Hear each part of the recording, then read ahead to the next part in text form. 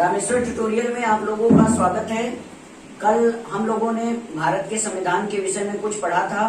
आज चलिए उसके आगे देख लेते हैं। जैसा कि मैंने आपको कल बताया था कि साल 1939 से 1945 के बीच आपका सेकेंड वर्ल्ड वार, द्वितीय विश्व युद्ध चला था। तो द्वितीय विश्व युद्ध के दौरान अंग्रेज सरकार ने भारतीय नेताओं से एक वादा किया था कि यदि भारतीय नेता अपने लोगों का समर्थन द्वितीय विश्व युद्ध में इंग्लैंड की तरफ कर दें तो द्वितीय विश्व युद्ध के समाप्त होने के बाद हम अपने ब्रिटेन की संसद में एक प्रस्ताव पारित करेंगे और उस प्रस्ताव के पारित होने के बाद भारत के संविधान का निर्माण स्वयं भारतीय करेंगे। तो अपने वादे के अनुसार जैसे सेकेंड वर्ल्ड वार 1945 में समाप्त हुआ, तो उसके एक साल के बाद साल 1946 में ब्रिटेन की संसद में एक प्रस्ताव पारित किया गया और उस प्रस्ताव का नाम रखा गया कैबिनेट मिशन प्रस्ताव। और उस कैबिनेट मिशन प्रस्ताव में ब्रिटेन की संसद ने अपने यहाँ के 3 लोग जो प्रशासनिक अधिकारी थे, जिसको हम भारत में IAS अधिकारी के नाम से बोलते हैं, उन प्रशासनिक अधिकारी जिनके नाम थे sir Pethick Lawrence, sir Stafford Cripps, sir AV Alexander, इन 3 लोगों को कैबिनेट मिशन प्रस्ताव का सदस्य बना करके भारत में भेजा। और इस कैबिनेट मिशन के प्रस्ताव के अनुसार भारत के संविधान का निर्माण स्वयं भारतीय करेंगे और भारत के संविधान के निर्माण के लिए एक संविधान सभा होगी। लेकिन इस कैबिनेट मिशन में कुछ ऐसे प्रस्ताव थे जो कि सांप्रदायिकता पर आधारित थे। जैसा कि मैंने आपको कल बताया था, इसमें कुछ ऐसी बातें कही गई थी कि जिन क्षेत्रों में जिस विशेष धर्म की आबादी अधिक है, उस विशेष धर्म की आबादी के अनुसार निर्वाचन होना चाहिए। और भी इसमें कुछ ऐसे प्रावधान थे जो कि देश की एकता और अखंडता से भी कुछ परे थे। थोड़े बहुत इसमें कुछ शर्तों को मान लिया गया और कुछ शर्तों को वहां से हटा दिया गया। इसके फलस्वरूप बाद में ये डिसाइड हुआ कि संविधान सभा की सदस्य संख्या जो है कुल मिला के 389 निश्चित की गई और ब्रिटिश प्रांतों की जो संख्या थी उस समय 292 घोषित की गई और देशी रियासतों की संख्या 93 घोषित की गई और कश्मीरी क्षेत्र की संख्या 4 घोषित किया गया, जैसा कि मैंने आपको कल बताया था। तो कुल मिलाकर के आपका 389 संविधान सभा की सदस्य संख्या थी और उसमें ये इसी सीट पे जो है सबका अपना सीटों की संख्या फिक्स थी। लेकिन देखिए उसमें क्या हुआ कि बाद में चल करके जो हमारे देश में 563 देशी रियासतें थी, उसमें से बहुत सी ऐसी देशी रियासतें थी जो अपना स्वतंत्र सत्ता बनाए रखना चाहती थी। जैसे कुछ देशी रियासत, जैसे कश्मीर देशी रियासत थी, हैदराबाद देशी रियासत थी, जूनागढ़ देशी रियासत थी। तो ये जो देशी रियासतें थी वो भारत में अपना विलय नहीं चाहती थी। अब उसमें से देखिए कश्मीर देशी रियासत जो था वो शुरू से लेकर अंत तक इस भ्रम की स्थिति में पड़ा रहा कि वो अपना विलय भारत में करे कि अपना विलय पाकिस्तान में करे। जबकि आपको पता है जूनागढ़ जो रियासत थी वो पाकिस्तान के साथ विलय चाहती थी और जो हैदराबाद देशी रियासत थी वो भी अपना विलय पाकिस्तान के साथ चाहती थी। तो अंत में कुछ ऐसी देशी रियासतें थी जो अपनी स्वतंत्र सत्ता को बनाए रखना चाहती थी। इसलिए देशी रियासतों में बहुत ऐसी जगह थी जहां पर चुनाव संपन्न नहीं कराए जा सके, तो वहां पर चुनाव नहीं हुआ। तो इस कारण से अंत में 389 पद जो है वहां पे आपको सदस्य संख्या के लिए चुनाव होने थे। लेकिन अंत में जाकर के देशी रियासतों के विरोध के कारण 296 संविधान सभा की सदस्य संख्या के लिए निर्वाचन हुए और उसमें जो है आपको जो चुनाव हुआ उसमें कांग्रेस को 211 सीट हासिल हुई और मुस्लिम लीग को 73 सीट हासिल हुई और जो अन्य छोटे छोटे दल थे, जो उनके सहयोगी दल थे, उनको 4 सीटें प्राप्त हुई और जो स्वतंत्र उम्मीदवार हैं, जिसको आज हम निर्दलीय उम्मीदवार के नाम से जानते हैं, उनको 8 सीटें प्राप्त हुई। अब देखिए इस चुनाव में मुस्लिम लीग की करारी हार हुई। अब मुस्लिम लीग ने क्या किया, जो है इस चुनाव का बहिष्कार किया और उसने ये कहा कि पाकिस्तान एक अलग राष्ट्र बनाया जाना चाहिए और पाकिस्तान के लिए अलग से संविधान बनाया जाना चाहिए। अर्थात मुस्लिम लीग अपनी करारी हार से अपना भविष्य और अपने अस्तित्व को खतरे में जान पड़ा।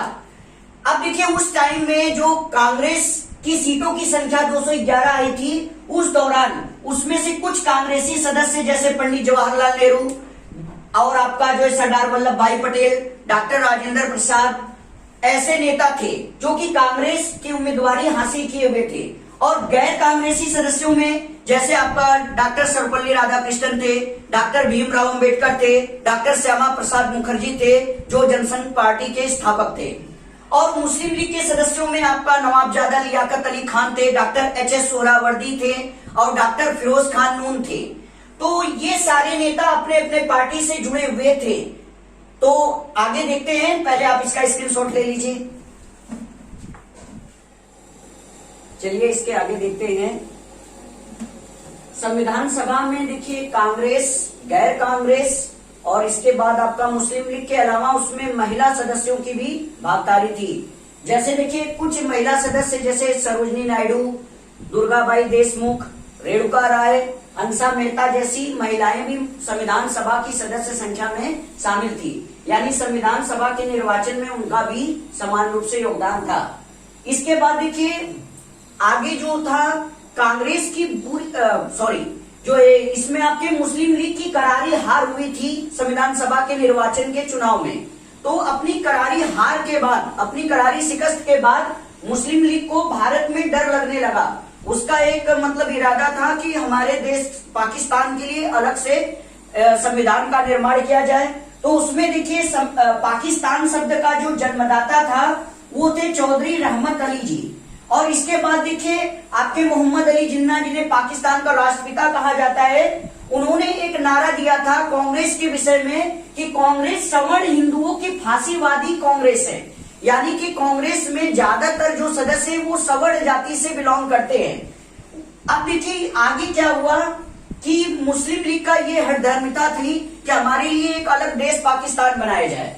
तो उसमें देखिए क्या था कि उसमें हमारे देश में हैदराबाद जो देसी रियासत थी और जो जूनागढ़ देसी रियासत थी, इन दोनों का भी कुछ योगदान मुस्लिम लीग की तरफ था। उस समय देखिए देश के आजादी के बाद भी हमारे देश में आपका जूनागढ़ रियासत और हैदराबाद जो देसी रियासत थी, ये आजादी के बाद इसका भारत में विलय किया गया था। उसमें हमें ये देखना होगा कि जो जूनागढ़ रियासत थी, उस जूनागढ़ रियासत की 80% जो जनसंख्या थी वो हिंदू थी। और जूनागढ़ का जो रियासत था उसका जो नवाब था वो एक मुस्लिम था जिसका नाम मोहम्मद महाबत खान तृतीय था।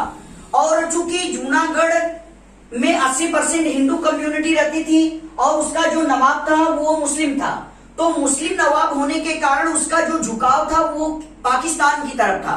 यानी वो अपना विलय पाकिस्तान में चाहता था।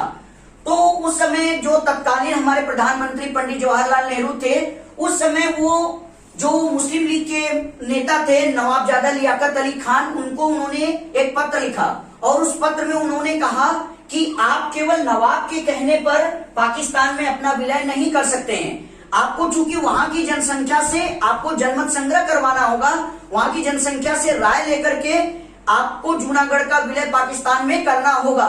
तो वहां पे क्या हुआ कि भारत सरकार की जो कार्यवाही थी वहां लोगों का जनमत संग्रह करवाया गया, रेफरेंडम करवाया गया और वहां लोगों की राय ली गई। तो जब वहां पे जनमत संग्रह हुआ तो वहां लगभग 1 लाख से ज्यादा जो है लोगों का जनमत संग्रह करवाया गया। उस 1 लाख में से लगभग 1,80,000 से ज्यादा लोग जूनागढ़ का जो विलय था वो भारत में चाहते थे। केवल 90 ऐसे लोग थे जो ये चाहते थे कि जूनागढ़ का जो विलय है वो पाकिस्तान में हो। तो उस आधार पे क्या हुआ कि भारत की फौज जो है आपका नवंबर 1947 में जूनागढ़ की सीमा में दाखिल हो गई। और मुख्य रूप से हम ये कह सकते हैं कि नवंबर 1947 में ही जूनागढ़ पे भारतीय फौज का अधिकार स्थापित हो गया था। लेकिन आधिकारिक दृष्टि से ये अधिकार जो हुआ वो 20 फरवरी 1948 के दिन आपका जूनागढ़ रियासत का भारत में विलय किया गया।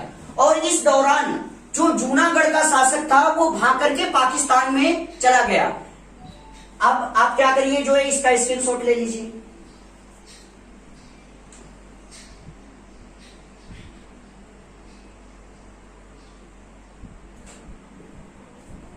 आगे देखिए, संविधान सभा में सांप्रदायिक सदस्य संख्या का भी सहारा लिया गया था। यानी कि संविधान सभा के निर्वाचन में कम्युनल कार्ड भी खेला गया था। उसमें सामान्य वर्ण के लिए यानी सवर्ण के लिए 213 सीट आरक्षित की गई थी और मुस्लिम के लिए जो है 79 सीट और सिख के लिए 4 सीट आरक्षित की गई थी। यानी कि 296 सीटों के लिए जो चुनाव हुआ था उसमें 213 सामान्य, 79 मुस्लिम और 4 सिख की जो है उसमें सीटों की संख्या थी। अब इसके आगे देखिए क्या हुआ। संविधान सभा की जो पहली बैठक हुई थी वो 9 दिसंबर 1946 को नई दिल्ली, जो आजकल एनसीआर यानी नेशनल कैपिटल रीजन, राष्ट्रीय राजधानी क्षेत्र कहलाता है, उस समय नई दिल्ली के प्रिवी काउंसिल के लाइब्रेरी हॉल में एक पुस्तकालय भवन था, वहां पर आयोजित किया गया था। तो उस दिन देखिए संविधान सभा की जो पहली बैठक हुई थी उसमें कोई बहुत बड़ा निर्णय नहीं लिया गया था संविधान निर्माण के विषय में। तो उस दिन क्या हुआ था कि जो संविधान सभा के सबसे बुजुर्ग सदस्य थे और सबसे पढ़े लिखे थे और अनुभव में भी सबसे बड़े थे, डॉक्टर एस.एन. सिन्हा साहब, डॉक्टर सच्चिदानंद सिन्हा साहब, इनको संविधान सभा का पहला अस्थायी अध्यक्ष चुन लिया गया। अब देखिए इसके 2 दिन बाद यानी संविधान सभा की जो दूसरी बैठक हुई थी वो 11 दिसंबर 1946 के दिन हुई थी। तो उस दिन जो है संविधान सभा का स्थायी अध्यक्ष डॉक्टर राजेंद्र प्रसाद को चुन लिया गया और वो अपने इस पद पर अपने आखिरी समय तक बने रहे। अब इसके बाद देखिए क्या हुआ। आपका संविधान सभा की जो तीसरी बैठक हुई थी वो 13 दिसंबर 1946 को आयोजित की गई थी और इस दिन एक बहुत महत्वपूर्ण प्रस्ताव, जिसको हम संविधान में उद्देश्य प्रस्ताव यानी ऑब्जेक्ट प्रपोजल कहते हैं, इस प्रस्ताव को तत्कालीन उस समय के जो हमारे कांग्रेस के सबसे बड़े दिग्गज थे पंडित जवाहरलाल नेहरू जी, उन्होंने सदन में इसको प्रस्तुत किया। यहाँ पर एक बात ध्यान देने वाली है कि उद्देश्य प्रस्ताव को पंडित जवाहरलाल नेहरू के द्वारा संविधान सभा के सदन में पहली बार प्रस्तुत किया गया था, रिप्रेजेंट किया गया था और इस उद्देश्य प्रस्ताव को स्वीकृति जो मिली वो 22 जनवरी 1947 को मिली और इसी उद्देश्य प्रस्ताव में समाजवाद, धर्मनिरपेक्षता, अखंडता और एकता जैसे शब्द इसमें जोड़े गए। आप इसका स्क्रीनशॉट ले लीजिए।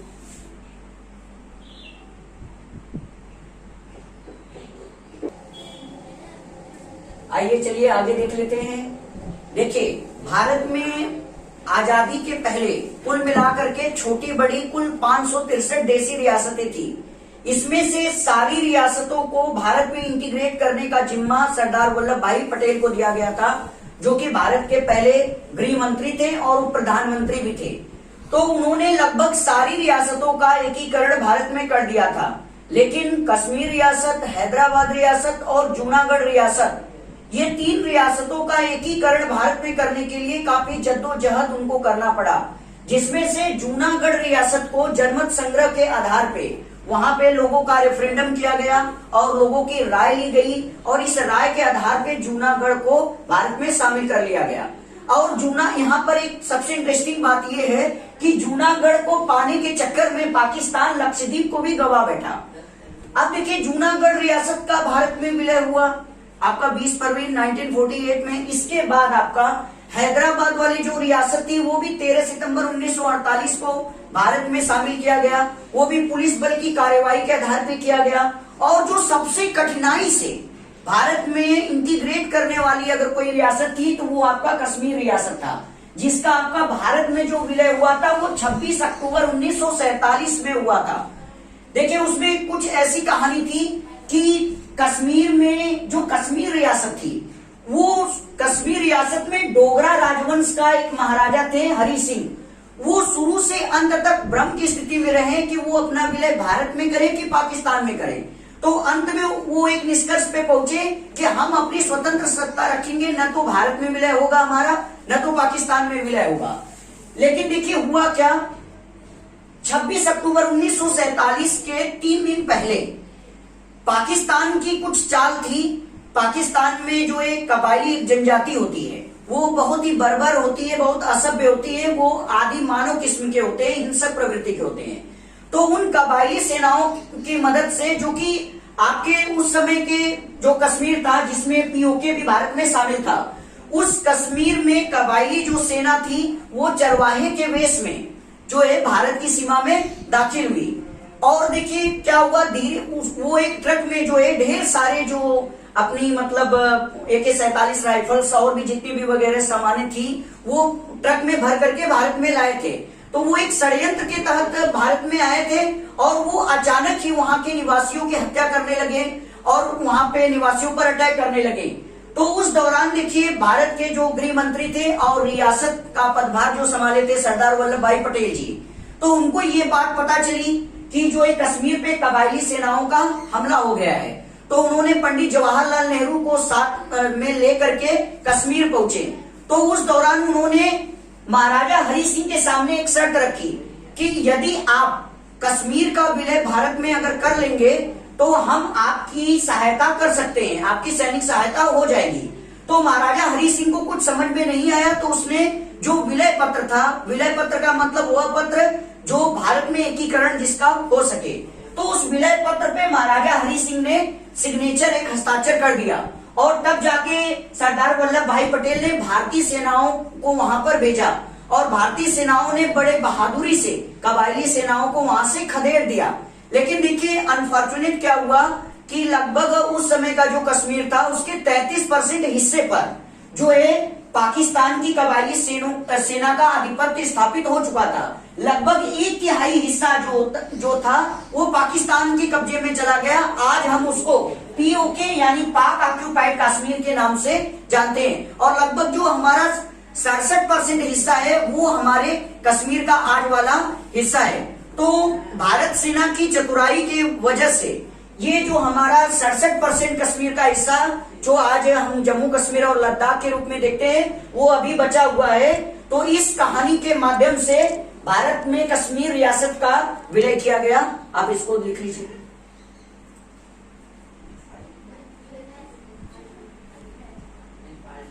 देखिए कुछ इंटरेस्टिंग बात यह है कि जब कश्मीर रियासत का भारत में विलय किया गया तो वहां पर कश्मीर का एक स्थानीय नेता थे शेख अब्दुल्ला जी, जिनको आज हम शेरे कश्मीर के नाम से जानते हैं। ये एक लोकतांत्रिक नेता थे। तो इनको पाकिस्तान से ऑफर आया था कि यदि आप कश्मीर का विलय भारत में कर देंगे तो आपको जो है पाकिस्तान में एक उच्च पद मिलेगा, एक बड़ा पद मिलेगा। लेकिन शेख अब्दुल्ला चूंकि जम्मू कश्मीर के स्थानीय नेता हुआ करते थे और वो लोकतंत्र के समर्थक थे, तो इसलिए वो कश्मीर रियासत का भारत के विलय के पक्ष में थे। तो इसलिए शेख अब्दुल्ला का भी कश्मीर रियासत का भारत में विलय में एक महत्वपूर्ण योगदान था। तो आज हम अपनी बात को यहीं पे खत्म करते हैं। अब इसके आगे कल का वीडियो कल।